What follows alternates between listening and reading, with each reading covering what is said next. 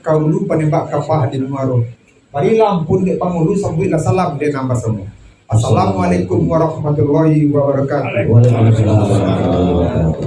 Sambal saujui dengan simpul sabare bungkah nan piawai na racolui main daun tidak basibak jo pasisien bukan baingo di balate.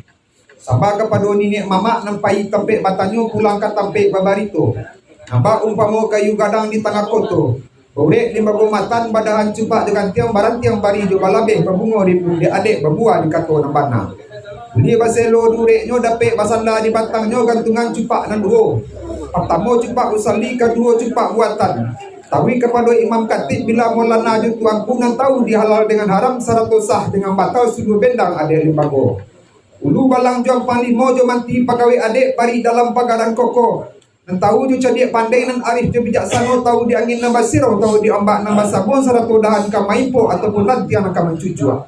Tahu dujung kata sampai walum bakile lawakalam bulan lasangkap 30. Takile ikan dalam air ikan takile jalo tibo la tantu jantan batinonyo. Saratu namudo pemimpin dunia nan capek kaki ringan tangan capek kaki ke panaruang ringan tangan ke pemaca taso talang tangguh sudah hati suci bamuko jani nan tahu dimalu dengan sopan saratu rasu di padeso tawi pulau kabandukan duang limpape rumah nangadang sumara anjuang palaminan kui duit tampe banaza ko mati tampe baniai kau nunduang ke Madinah ke payung panji ke sarugo ampan pui urang bunian urang duduk di Sukatan. Kali lawa di Pulau Rimbang anak usul mati tadabir ko gawa minta ditimbang ko doso ampuna labir. Bukan tambilang manggulampai tambilang panggali pakuburan, bukan mambilang cerul pandai mambilang untuk kali pasambahkan. Dipanggang-panggang digatok dikirai-kirai dibakar tetangguh ikan gulamo. Dibilang-bilang diatok dikirai-kirai dipapah di kambang sentombolamo. Kalau musim dahulunya ketika langit pasentan nanyik bumi mahantam turun lawi secampak jalo tanah darik alun lebah nan timbul gunung Marapi. Lorong di nenek moyang kita asal usul kalau dikaji di dalam setombola mo sapi balahan 3 jurai. Sajurai ka Banda Cino, sajurai ka Banda Ruhun, sajurai ka Pulau Amenako. Pihak di Sultan Mahari Rajo di Rajo Balai Baliau pasu itu date dandang nan sebuah cuki dicati bilang pandai. Dek lamo dandang balai. Di dalam lawi marulah tampak lapi takijo-kijo gunung suatu masu itu dati puncak langgapui nama-nama gunung Marapi. Sinan serangka nama dantang saratu wayo putih dago di batu ampa putih di bukit patah patiko nama-nama bukit si guntang-guntang.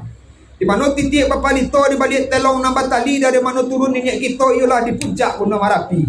Pasentak turun ke bawah lah tiba di gugu ampang sinan lagu di nambah selo sinan pulau batara tak sebelum berkorong dengan kampung sebelum berkoto janadari. Masuk pada tak tahu pia masuk bacawan panarahan. Dek lamo alam baputa. Orang bertambah kembang juga ke manakah menjadi banyak. Dipabuat sawah je ladang. Dibuat adik di karang undang disusun tak cie-cie dipakukan katian yang panjang makanan kurang 32. Panolah luak nanti ko. Dan tua luak tengah data dan tengah luak agam nambah su luak 50 sampai karantau jumpa sisi alam Surambi Sungai Pabu.